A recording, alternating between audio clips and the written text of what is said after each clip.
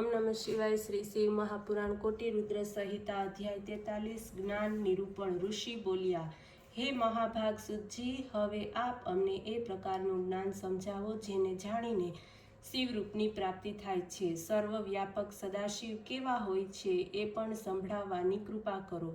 સુતજી બોલ્યા, હે ઋષિઓ, શૌનક, નારદ, કુમાર વ્યાસ, કપિલ મુનિએ એક સમયે સભા કરી એમાં એમ નક્કી કરવામાં આવ્યું કે આખું બ્રહ્માંડ શિવરૂપ છે, એમ જ સમગ્ર સંસાર પણ શિવરૂપ જ છે।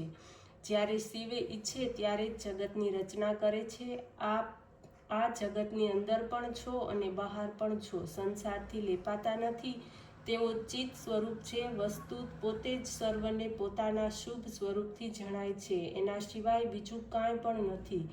અજ્ઞાન એટલે તો ચિત્તની ભ્રાંતિ। જ્યારે અનેક દેવતાઓને જોતા ભજતા બુદ્ધિ ભ્રાંત થાય છે, પરંતુ વેદાંત જાણનારને શિવ અદ્વિતીય પરબ્રહ્મ છે એમ હંમેશા કહ્યા કરે છે। ભગવાન શિવના અંગરૂપ પ્રાણી અજ્ઞાનને કારણે મોહ પામીને પોતે જુદા છે એમ માની બેસે છે, પરંતુ શિવ આજ્ઞાથી ભિન્ન છે। સર્વ જીવોના રચયિતા, ચેતન અચેતનાના સ્વામી શિવ આ સર્વમાં પ્રાપ્ત છે। પંડિતો એમને જોવાનો પ્રયત્ન હર હંમેશ કરતા હોય છે। વેદાંત પ્રમાણે જ્ઞાન પ્રાપ્ત કરીને એમનું દર્શન પ્રાપ્ત કરે છે। શિવજી ભિન્ન અન્ય કશું જ નથી। ભ્રમને કારણે શિવ અનેક રૂપોમાં દેખાય છે, કારણ તેમના કાર્યમાં કોઈ ભેદ નથી। અજ્ઞાનને કારણે બંને ભિન્ન ભિન્ન દેખાતા હોય છે। અજ્ઞાનનો નાશ થતાં કંઈ પણ ભેદ દેખાતો નથી।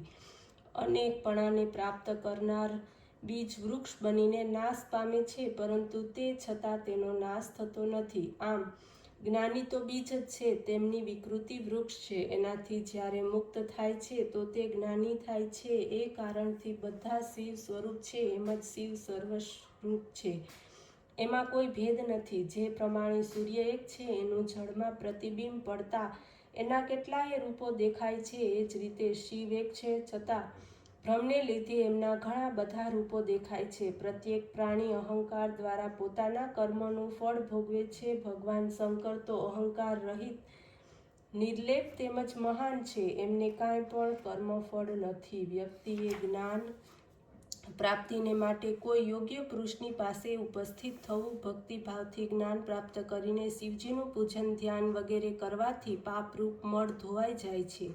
અજ્ઞાનનો નાશ થઈને જ્ઞાનનો ઉદય થાય છે, એ પછી એનો અહંકાર નાશ પામે છે। પછી નિર્મળ બુદ્ધિ પ્રાપ્ત કરીને તે પ્રાણી શિવ સ્વરૂપ થઈ જાય છે, જીવન મુક્ત થાય છે, માનવ શરીરનો ત્યાગ કરીને શિવમાં મળી જાય છે।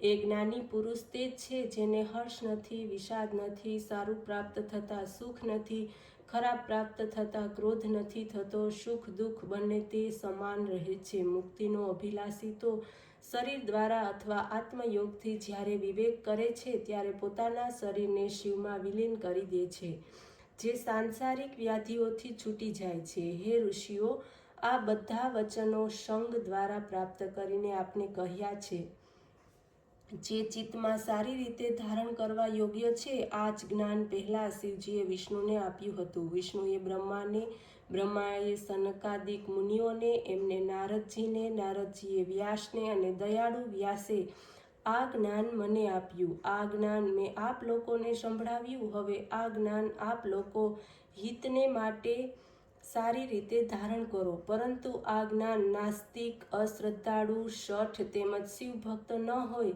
તેવાને આપવું ન જોઈએ। વ્યાસજીએ ઇતિહાસ, પુરાણ, વેદ, શાસ્ત્ર વગેરે સારી રીતે વારંવાર પઠન કર્યું। એના તત્વરૂપ આ પરબ્રહ્મ જ્ઞાન મને આપ્યું છે, એટલા માટે આ અધિકારને જ આપવું જોઈએ।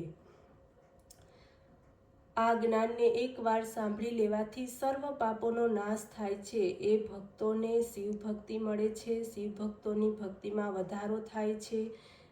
એને મેળવી લીધા પછી કંઈ પણ પ્રાપ્ત કરવાનું રહેતું નથી। પ્રાચીન સમયમાં રાજા, બ્રાહ્મણ વગેરેએ એણે શ્રવણ કર્યું હતું, પછી તેઓ સિદ્ધિને પ્રાપ્ત થયા। આ સમયે પણ જે મનુષ્ય શ્રદ્ધાપૂર્વક એનું શ્રવણ કરશે તે નિશ્ચયપૂર્વક શિવ જ્ઞાનને પ્રાપ્ત કરીને ભોગ પ્રાપ્ત કરશે। વ્યાસજી બોલ્યા, આ પ્રમાણે સુતજીનું કથન સાંભળીને ઋષિઓએ પરમ પ્રેમથી એમનો આદર કર્યો અને એમની પૂજા કરી, નમસ્કાર તેમજ સ્તુતિ કરીને એમને આશીર્વાદથી પ્રસન્ન કર્યા. એના પછી પોતાના સર્વ સંશયોથી નિવૃત્ત થતા ભગવાન શંકરને દેવતાઓમાં શ્રેષ્ઠ માનીને પ્રણામ કરતા એમના ભજન તેમજ પૂજનમાં લાગી ગયા.